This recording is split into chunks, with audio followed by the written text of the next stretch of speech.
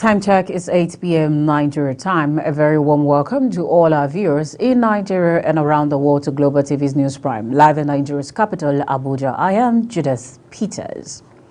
The Minister of State for Police Affairs, Iman Suleiman Ibrahim, has revealed that the Police High Command will execute President Bola Tinubu's directive for the withdrawal of police personnel from VIP security duties and developing a community policing strategy, among others.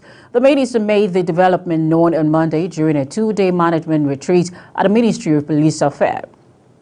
Suleiman Ibrahim said the police inspector Rights Department in particular should involve its operation to focus on robust monitoring, evaluation, accountability, and learning. Reports must be factual, practical, and evidence-based and serve as a critical tools for enhancing police performance. It must champion the review of the curriculum of the training institutions to ensure they are reflective of the involvement landscape of law enforcement, incorporating contemporary practices and international standards, while noting that the Nigeria Police Force and the Ministry of Police Affairs were at a critical juncture and currently struggling with the consequences of decades of neglect that have hindered their ability to fulfill their constitutional mandate. He added that the ministry was committed to align its effort to contribute to the realization of Mr. President's vision for a renewed hope, highly effective NPF. As well, the President Bola Tinubu has performed the Lesser Hajj Umrah in Mecca, Saudi Arabia, during which he prayed for God's divine guidance in leading Nigeria. The president embarked on the Islamic rites at the end of his official duties in Riyadh, the capital of Saudi Arabia, where he participated in the Saudi Arabia summit on Friday. Every opportunity to thank God Almighty Allah for what He has done for me, humanity, and the entire country. I am grateful to God for His guidance, His blessings, and His answers to my prayers and the country's prayers for good of all. We have to give thanks to Him at every opportunity that we may have. For the country, may our prosperity grow and our humanity be kind to each and every one of us. The prospect of the country is yet to blossom to the level that we require. It needs hard work and consistent prayer, and we are giving it to our mind and our spirit in every way possible. So the President Bola Ahmed Tinubu has pledged to continue to support traditional rulers towards promoting peace and security across the country. While endorsing the constitutional role for traditional rulers, Tinubu emphasized that the National Assembly should take the lead in implementing the initiative. The President stated this at the weekend in Ondo Town, headquarters of Ondo West Council, during the 70th birthday celebration of Oba Victor Giladejo, the Osemawi of Ondo Kingdom, held at the terraces of Ondo Cathedral Church of St. Stephen. The president, who was represented by the Minister of Interior Olubunmi Tunji Ojo, said the last 70 years of Oba Goladejo's reign have been impactful and peaceful, commending the traditional ruler for the giant strides recorded in terms of infrastructure and human capital development. Tinubu urged everyone to keep supporting the monarch and ensuring that there was peace and security while the kingdom continued to develop. Following the just concluded gubernatorial election held in the three states of Bayelsa, Imo, and Kogi, Nigeria have reacted to developments that trailed the processes, expressing mixed feelings over the overall conduct of the exercise. Sharon Aje, who sought the review of some Abuja residents, now reports. While the winners of the elections and their supporters are celebrating, Mohammed Ibrahim has urged other candidates who trailed behind to rally round the winners in a bid to advance the overall interests of their respective states. happy that we're able to have this political space from the last 23 years and we're still moving. So what actually has happened, naturally in every contest there must be a loser and there must be a winner. So I advise the losers to take all the constitutional measures to seek for their redress in court. But then, in summary, if they can also work with the winner, the most important thing is everybody wants to lead, but everybody cannot lead. One person needs to really lead. So all they need to do is just to see if they can join hands with the present winners and see how they can really put up their ideas together with the present winner and move the states forward. Not impressed with the electoral process, Femi stated that violence has become a norm during elections in Nigeria, expressing the fear that the country may be losing touch as a democratic nation. By now, in the 21st century, we did not get it right. What happened in 1983 was because of elections. That's why military came in December 31st. That was the reasons. And if by now, 1999, when we have another democracy, if by now we did not get it right, I don't know where we are going to get it right now. That is why we must go back to the National Assembly and amend the laws. A lot of criminals need to be banned from this politics. Once you are found guilty in election malpractice, you will be stay away from politics. That's the solution. Even for execution, they should kill them so that we can move forward. Otherwise, the criminal will continue to be affairs of Nigeria politics. On his part, Francis, apparently being subjective in his assessment, faulted the conduct of the election, alleged that the outcome is not devoid of a system characterized by sharp practices. They said the difference between Ododo and the second runner-up was less than the number of the wards that the election was not conducted election in. Now, if you look at the election generally, it was an electoral fraud, both in the three states, particularly in Imo State and Kogi State. In Kogi State, there was so much violence, there was even killing, there was instances of election result written before the election took place. So what do you call that? Even the electoral act that have been passed has taken no effect. And this is what is making the country to be like this. Sharon Ajay reporting for Global TV News. As well, the former Chief of Army Staff, Lieutenant General Tukur Buratai, says nation building and curbing all forms of insecurity bedeviling the nation can be tackled when patriotic and committed Nigerians are recognized and awarded for their commitment to the cause of Nigeria.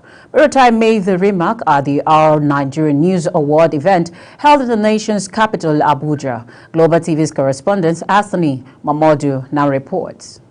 This August gathering is here to witness the Nigerian News Award aimed at celebrating and awarding unsung Nigerians who have contributed to the development of the country. Former Chief of Army Staff, Ambassador Tukur Buratai, stated that the award and recognition of outstanding citizens causes ripple effects across generations in development of the country. You can see many of them have received award in terms of security. You see there are people standing there. If you see the director of the SS, the director of the state has received this award. So this part right now, we're encouraging them to continue. In his welcome address to the gathering, Chairman Planning Committee of the event, Ita Peters, harped on the importance of rewarding hard work and patriotism, while the publisher of our Nigerian News magazine, Dr. M.S. Abubakar, read out the successes of recognizing citizens. Professor Emmanuel Dandura, His Royal Highness Oba Hamid Onyelude, and other awardees expressed their confidence in a new Nigerian project and the need to appreciate efforts of outstanding citizens. There is no gainsaying that to whom much is given, more is expected.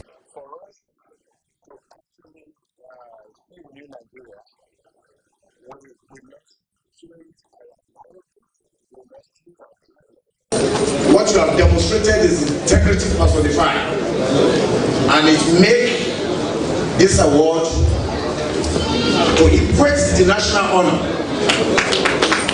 He is from the southeast and Buratai is from the north, and you can see the synergy that they had with themselves.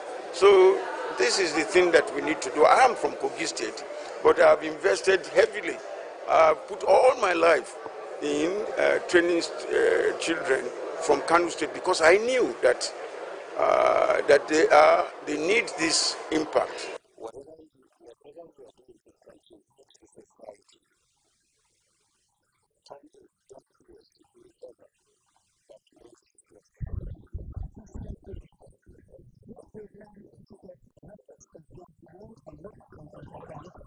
Thus, the recognition and awarding of patriotic citizens will only enhance nation-building processes.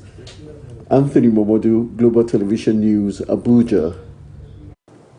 The National Assembly has expressed readiness to launch an application known as NAS Eyes to monitor budget transparency and implementation by ministries, departments, and agencies, MDAs of government. Deputy Speaker of the House of Representatives, Benjamin Okezie-Kalu, made this known in Abuja, saying the initiative will also include adherence to the principle of federal character by the affected MDAs. Kalu, who dropped the hint during a courtesy call over the weekend, said that the mechanism is driven by conscious effort of the Parliament to effectively check the performance of budgetary allocation to agencies of government.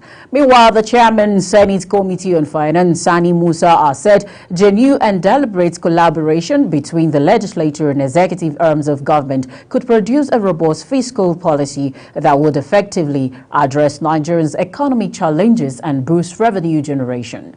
Musa explained this in a statement yesterday amid preparation by a joint committee of the State Senate, chaired by him, to engage head of federal MDAs in interactive public hearings this week on the 2024 to 2026 medium-term expenditure framework and fiscal strategy paper, MTEFSP. As well, the chairman of the Fiscal Responsibility Commission, FRC, Victor Morocco, has commended President Bola Tinubu's dedication to enhancement of the Fiscal Responsibility Act 2007. The statement released by Bede Anyanwu, head of Strategic Communication Directorate, highlighted the collaborative effort towards fortifying Nigeria's fiscal landscape under President Tinubu's leadership. Speaking during an interactive section of the Senate Committee on Finance at the National Assembly, Morocco said the Fiscal Responsibility Commission is a product of the Fiscal Responsibility Act 2007, aiming to establish a transparent and accountable financial framework for Nigeria. He emphasized the FRC's core mandate, ensuring prudent, transparent and timely revenue rising policies, resources allocation decision, and debt management strategies. Meanwhile, the Nigeria Labour Congress and the Trade Union Congress of Nigeria on Monday ordered their affiliates to withdraw their services nationwide from midnight on November 14, 2023. TUC President Festus Osifo disclosed this while addressing journalists in Abuja on Monday. The strike is also to protest the battering of the NLC President Gerald Jero and some other executives of the Congress in Owerri, Imo State. On November 1st, as well as the pending labor issues in Imo State, Osifo said the strike would remain until governments at all levels wake up to their responsibility.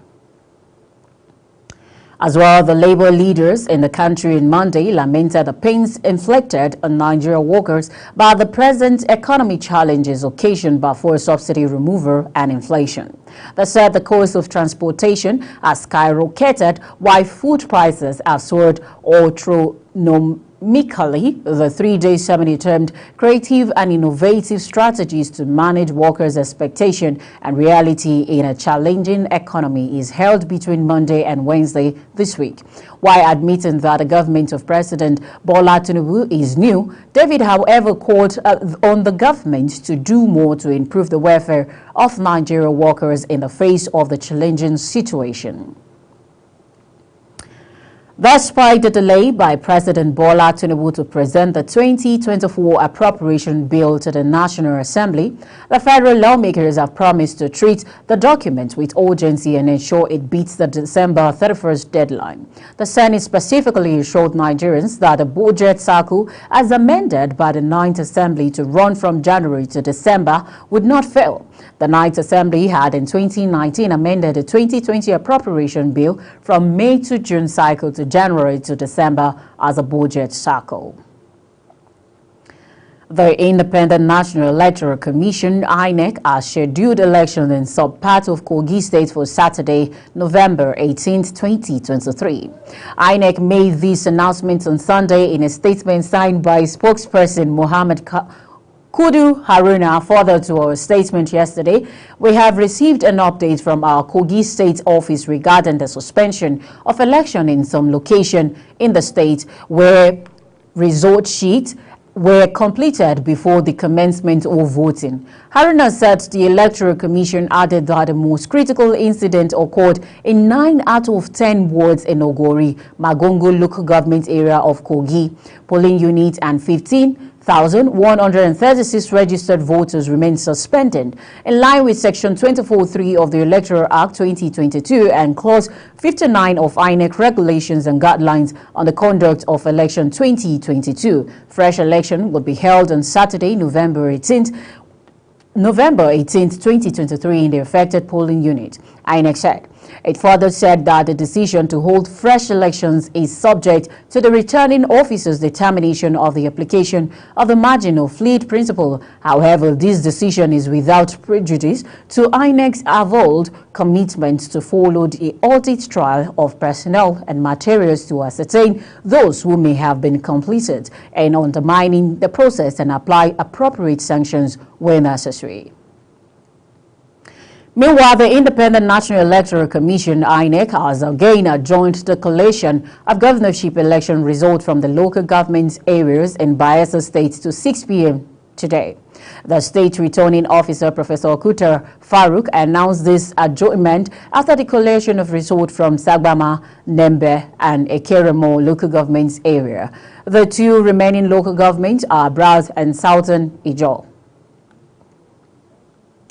As well, the area African rates earlier called that election administration requires fundamental reforms to inspire public confidence and enhance the legitimacy of election processes and outcomes. Yaga gave the charge during the final press conference to journalists on the result of the off-cycle election in Imo, Kogi, and Bayelsa in Abuja.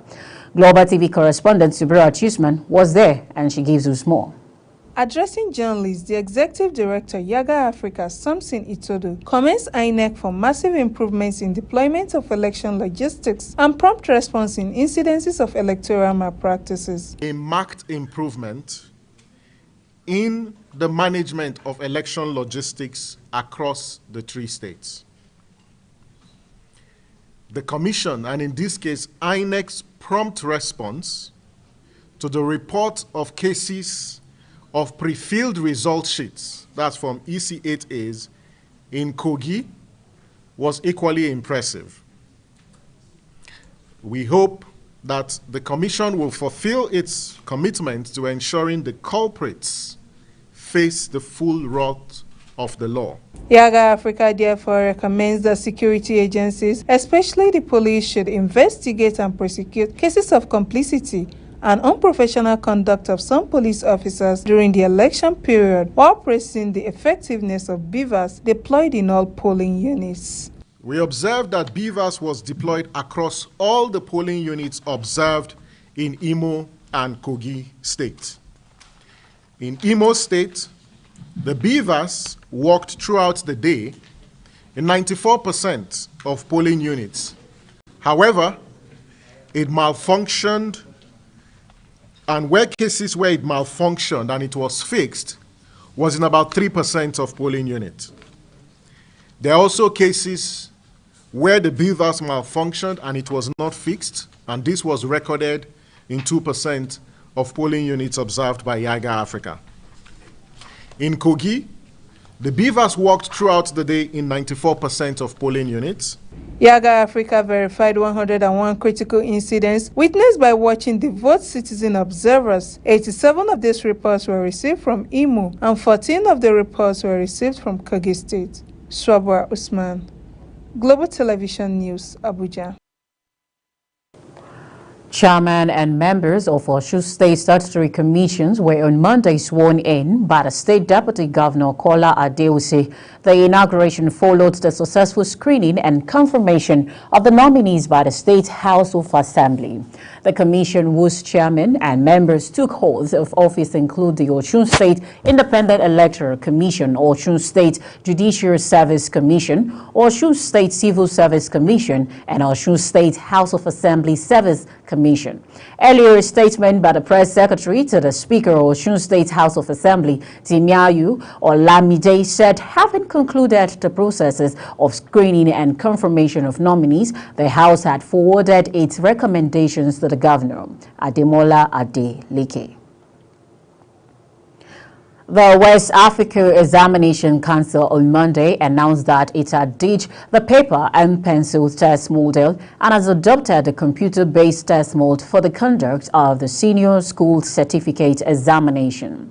This is contained in a statement signed by the acting head of the Public Affairs Unit of WAEC, Moyosola Adeshina. According to the statement, the innovation would kick off with the conduct of West Africa's Senior School Certificate Examination for private candidates in February 2024.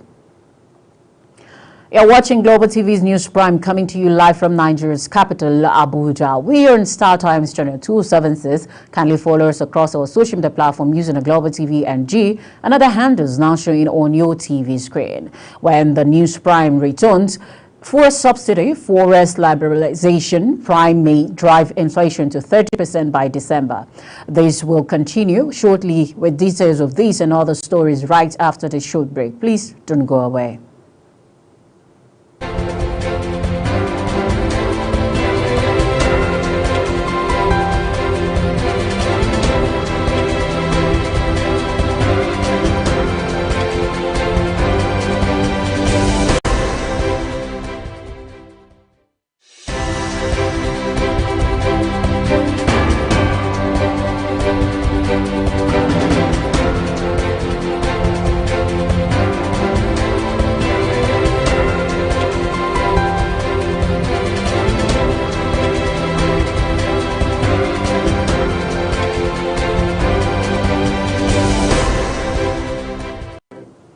Welcome back, and if you're just joining us, this is Global Television bringing you live broadcast of the News Prime from Nigeria's capital, Abuja. Now on the foreign scene, the latest negotiation towards a global treaty to combat plastic pollution opened in Nairobi on Monday, where tension expected as nations tussle over what should be included in the pact. Some 175 countries agreed last year to conclude by 2024 a UN treaty to combat the plastic blighting oceans, floating in the atmosphere and infiltrating the bodies of animals and humans. Negotiators have met twice already, but the November 13 to 19 talks are the first to consider a draft text of the treaty published in September and the policy option it contains. The draft presenting the various ways forward will form the basis for the high-stakes deliberation at the UN Environment Programme, UNEP, headquarters in Nairobi, with more than 2,000 delegates registered and advocates from environment and plastic groups also in the room. The negotiations are expected to get heated as the details are hammered out. As well, the British leader Rishi Sunak on Monday sacked controversial Interior Minister Suella Braverman as he reshuffled his top team ahead of a general election expected next year. Sunak had come under growing pressure to ace Braverman, an outspoken right-winger, after critics accused her of heightening tensions during weeks of contention pro-Palestinian demonstration and counter-protest in Britain. It was not immediately clear who will replace Braverman, who was appointed to the post when Sunak became Prime Minister just 1 year ago. Still on the foreign scene, major ports handling 40% of Australia's freight trade has reopened. Operators DP World said on Monday. 3 days after they were crippled by a cyber attack, DP World caught its system from the internet when the attack was detected Friday, preventing trucks from unloading or picking up cargo at ports in Sydney, Melbourne. Brisbane and Fremantle, DP World Australia is pleased to announce that operations resumed at the company's ports across Australia. The operator said in a statement, the firm said it had successfully tested key systems overnight before reopening. It said it expected to move 5,000 containers out of the 4 terminals during the day, not far from industry estimates of their usual daily traffic. Australia's National Cybersecurity Coordinator, Darren Goldie, said DP World did the right thing by cutting off its internet access to prevent the attack from spreading. The Australian government called emergency meeting with the company and industry representatives over the weekend to manage its response. As well, the U.S. Senator Tim Scott announced on Sunday that he is withdrawing from the U.S. presidential race, saying voters had given him a clear message of not now. The South Carolina lawmaker, who was running to become the first black Republican president, had been struggling to rise above the pack in the party's crowded field.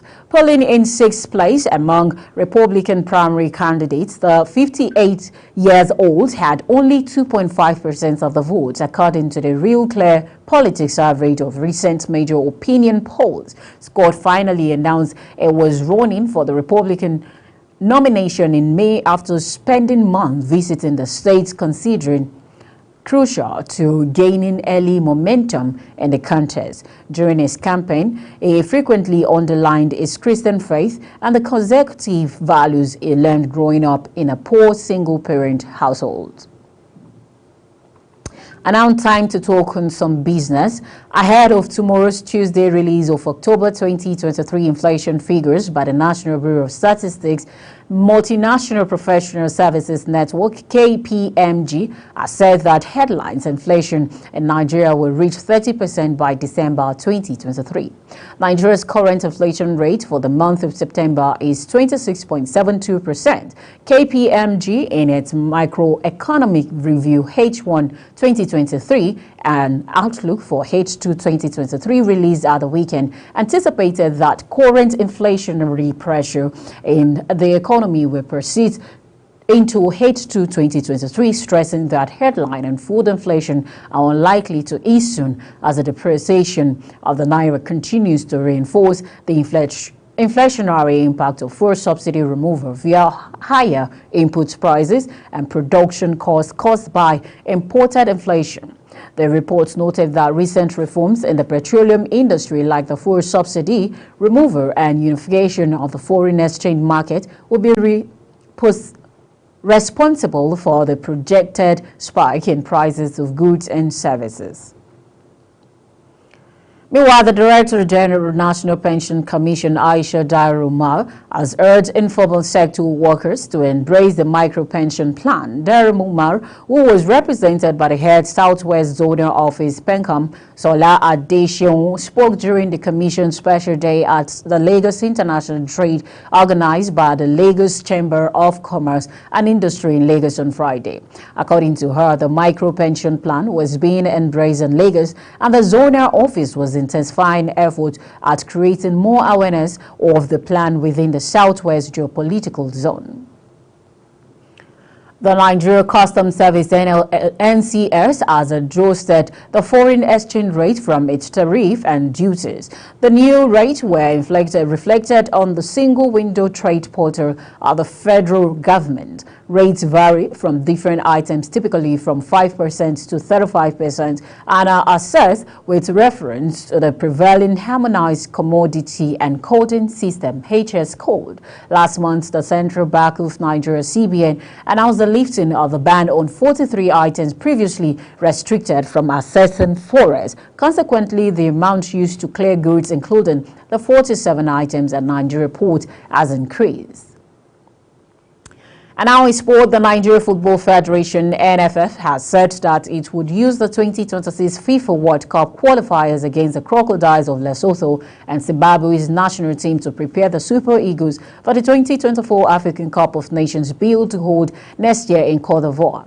The Super Eagles camp for the World Cup qualifiers were opened yesterday in New York, with majority of players expected to arrive in the city today ahead of the first game in the series against Crocodiles of Lesotho on Thursday. According to a program released by the Nigeria Football Federation (NFF), Super Eagles full training will begin this evening at the Godswin Akpabio Stadium, which will also host a match. And for more updates on sports, let's now join Sharon Ajay. Nigerian Super Eagles camp for this week's 2026 FIFA World Cup qualifiers against Lesotho and Zimbabwe is expected to open today in Uyo. Director of Communications at the Nigerian Football Federation, Ademola Olajire, said officials of the Super Eagles have already arrived in the Akwa Ibom state capital, with the players expected to start trooping into town today. Nigeria will take on Lesotho on Thursday, November 16th, in their first game of the series at the Godswill Akpabio Stadium in Uyo, before traveling to Rwanda for the Zimbabwe clash on November 19th. In a different development, leaders of the first stanza of the 2023 Aldova Handball League, Niger United of Minna and Safety Babes of Abuja returned to court on Tuesday to continue their quest for the top prize. The indoor sport hall of the National Institute for Sport, National Stadium, and the main court of Roway Park Sports Center in Yaba will host the matches. Speaking ahead of the tournament, the technical director of the Handball Federation Nigeria, Bala Mohammed, assured fans of spectacular display. Sharon Ajay reporting for Global TV News. And that's it on Global TV News Prime, coming to you live from Nigeria's capital, Abuja. On Star Times channel 276, kindly follow us across our social media platform using a Global TV NG and other handles now showing on your screen. On behalf of the production team, I am Judith Peters. Thank you so very much for watching. I'll see you again. Enjoy the rest of your evening.